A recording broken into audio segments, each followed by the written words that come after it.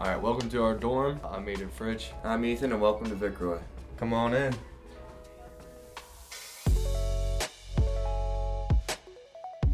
Alright, so in Vickroy you start out with a dresser, whole closet with multiple shelves in it. You also are supplied 2 beds. Just know that the beds in Vickroy are twin and not twin XL. You can get bed risers for your bed. It gives you more storage. And then make sure you get a good mattress topper, extra pillows, blankets, whatever you need.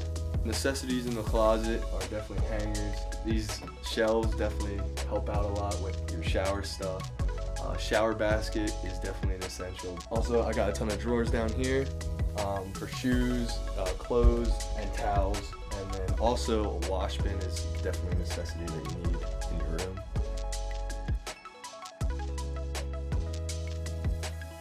So there's only one outlet in Vickroy, so I highly recommend power strips and extension cords so you can move all your stuff around wherever you want it. You also have 2 desks as well, and these shelves are very practical.